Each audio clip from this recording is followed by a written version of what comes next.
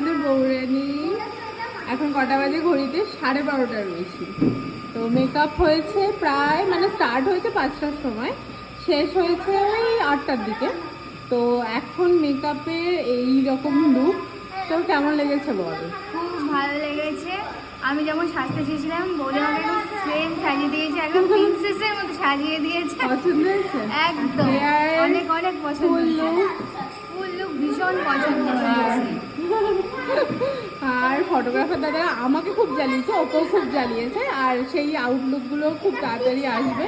আর এই যে ওর ফুল লুক, এখন ফুল লুকটা একটু ঘেটে ঘুটে গেছে, মানে ওই ওকে নিয়ে ছেড়খানি হয়েছে ফটোগ্রাফার। চোখটা ক্লোজ কর।